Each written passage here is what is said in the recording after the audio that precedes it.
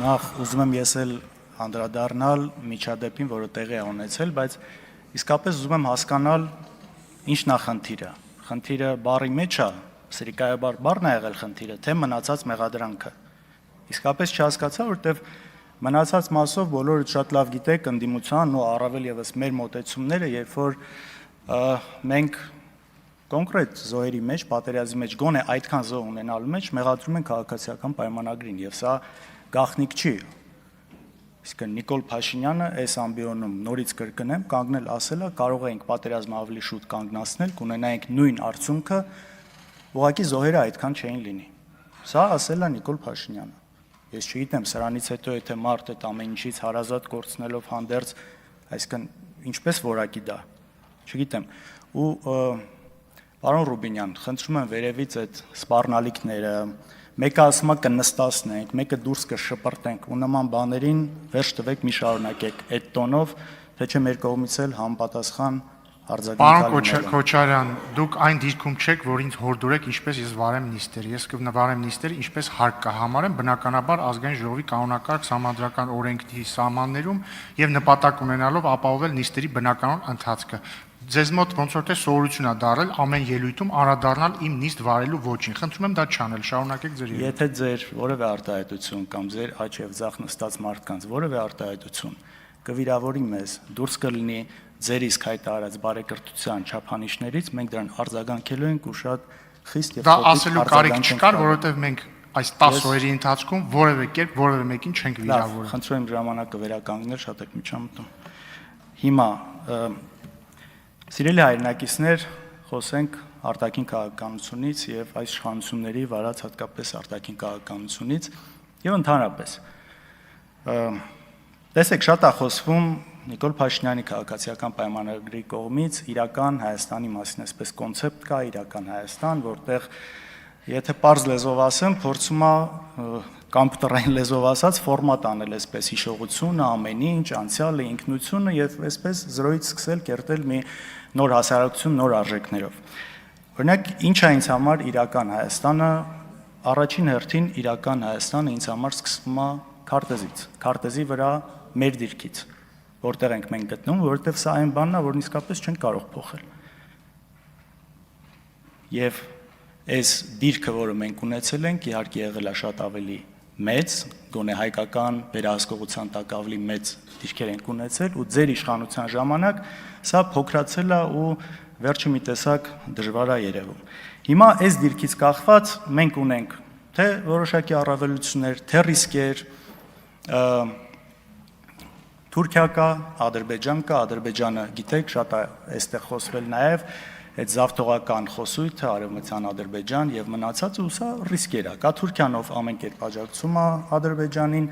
սա ռիսկ է, իհարկե ռիսկ է։ Այս ամեն ինչի հետ մենք պետք է հաշվի նստենք ու չենք կարող գլուխներս մտցնել բանի պես ջայլամի պես գետնի տակ ու ասել չկա այս ամեն ինչը։ Սա կա ու սա շարունակվելու է։ Սա շարունակվելու է ու սրա դիմացն առնելու ինչ ճանապարհներ կա կամ ինչպես է եղել եւ ինչպես կարող է լինել հաշվի առնելով այն իրավիճակը, որում մենք հայտնվել ենք։ Մենք ունենք տարբեր ռազմավարական դաշնակիցներ։ Կա այսպես հիմնական եվրոպական երկրները, Ամերիկայի Միացյալ Նահանգները, Ռուսաստանը, որի հետ նաեւ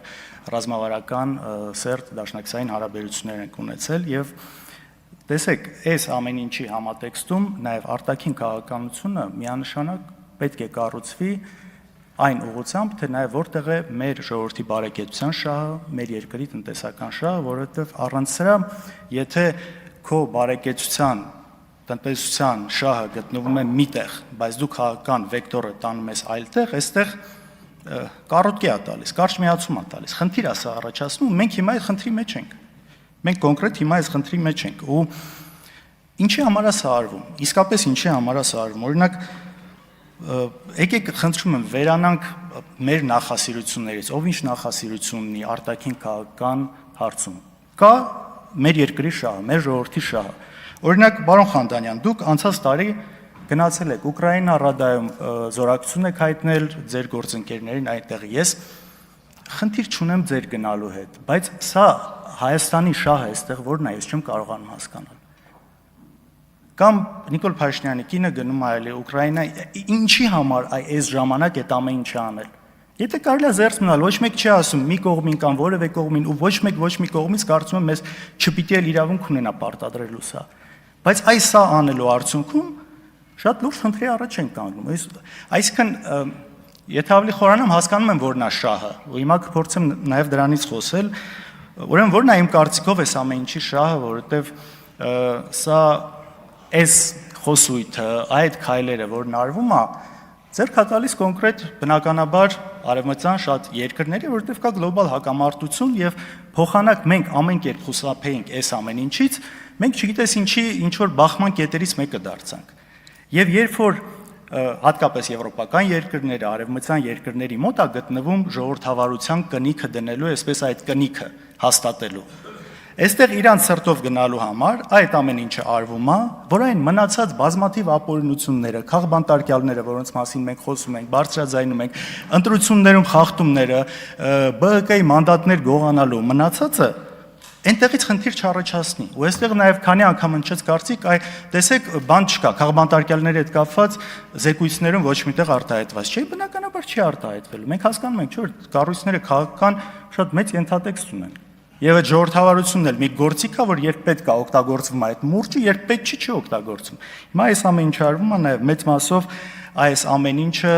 որպիսի չնկատեն, շարունակվեն եւ մեծ հաշվով այն քաղաքականությունը, որի արդյունքում դուք երկիրը բերել եք այս վիճակին, արվում է պարզապես սեփական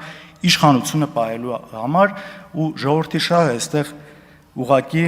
անտեսվում է։ Եվ գիտեք, սա մի հատ այսպիսի սոուսի տակ է մատուցվում, որ մենք ինքնիշխան ենք, այդ դրա համար մենք չենք թողելու մեզ թելադրեն, այս անեն, այն անեն։ Ժողովուրդ ջան, օրինակ մեր հարևան Վրաստանը կարծում եմ հալալ է, իրանք շատ ճիշտ են կողմնորոշվել ու շատ ճիշտ են իրանք պահել այս ամեն ինչի մեջ։ Ես չեմ կարծում որ դրանով Վրաստանը ավելի քիչ ինքնիշխան է դարձել։ Շատ ճիշտ կողմնորոշվել են, չեն մտել ոչ մյուս տեղ, ու շատ ճիշտ են իրանք պահել ու կարծում եմ իրանք գործել են իրանք քաղաքացիների շահերից, ինչը մեր դեպքում ցավոք այդպես չի եղել։ Ինչ վերաբերում է ցեղասպանությանը։ Գիտեք, մարդկությունը, Homo sapiens-ը կենթանուց տարբերվում է հիշողությամբ։ Եվ մենք չենք կարող ջնջել այդ հիշողությունը, մենք չենք կարող մոռանալ, մենք չենք կարող չպահանջել պատմական արդարություն, ու շատ ճիշտ եք ասում նաև, երբ որ մեջբերել եք խոսքը, որ դա անպայման չէ որ դու դրա դիմաց ինչ որ բան ուզես, հողային պահանջ ունենաս, այսինքն երբեք սա չի պետական մակարդակով սենց հարց բարձրացվել, բայց այս պատմական արդարությունը չպահանջելը սա պարզապես ոչ մի հատ օրինակ բերեմ, էլ նույն Իսրայելի հետ կապված։ Մինչև այսօր ցանկացած հոլիվուդյան ֆիլմ, երևի 10-ից 8-ի մեջ ինչ որ միջև արձարծվում է հրեաների ցեղասպանության հարցը։ Տենց հիմար չհասկացող ժողովուրդը, հա, չէ։ Սա մեր պատմությունն է ու մենք չենք կարող սրա հետ կապված չունենալ հետևողական մոտեցում։ Կամ նույն օրինակ հենց վերջերս տարիներ առաջ տեղի ունեցած էթնիկ զտումը արցախցիների 150,000 հայ էթնիկ զտել են։ Դուք համաձայն եք սրա հետ էթնիկ զտում եղել, թե չէ։ Համաձայն եք, չէ։ Իսկ ինչի մենք դրանից չպետք է խոսենք։ Որովհետև ադրբեջանցիք խոսալու են իրանց Հայաստան գալուց։ Չէ, ժողովուրդ, այս երկու տարբեր հարցեր է։ Այս իսկապես երկու ընդհանրապես իրար հետ կապ չունեցող հարց է։ Բան են չի արել, այդ մարդկանց այնտեղից քշել են, տնավեր են սարքել։ Գերեզմանները ինչի պիտի սա մեր արտաքին քաղաքական օրակարգում չլինի։ Կա սրան բացատրություն, չկա։ Բացատրությունն է, որ եթե մենք սրանից խոսանք, կարող է հանկարծ վայ պատերազմ։ Չէ, չկա տենց բան։ Սա մեր բանակցային դիրքերը այս հարցը օրակարգի մեջ պահելու միայն ուժեղացնելու է։ Միայն որովհետև սա արդարացի պահանջ է, ու սրա հետ համաձայն են բոլոր այն երկրները, ովքեր նույնիսկ հիմա իրար հետ կոնֆլիկտի մեջ են։ Համաձայն են սրա հետ, որ ասում են այ մարդը եղել է էթնիկ զտում։ Ու շատ կազմակերպություններ, շատ մեր հայրենակիցների դրսում, որ փորձում են այս հարցը բարձրացնել, ասում են ժողովուրդ, մենք անզոր ենք այս թեման առաջ տանելու, քանի դեռ ձեր իշխանությունը չի խոսում սրանից, ու նաև տեղեր կա հակառակը ասում են մի խոսացեք այդ ամեն ինչից։ Չգիտեմ, ամփոփելով այն արտաքին քաղաքականությունը, որը վարվում է անհեռատես, փորձեմ բարեկրթության մեջ մնալ, սխալ ու մի քաղաքականություն է, որը ոչ մի ձև չի բխում մեր քաղաքացու, մեր ժողովրդի շահերից։ Շնորհակալություն։ Շնորհակալություն, օգտվելով նիստը վարող իրավունքից ես ելույթ կունենամ։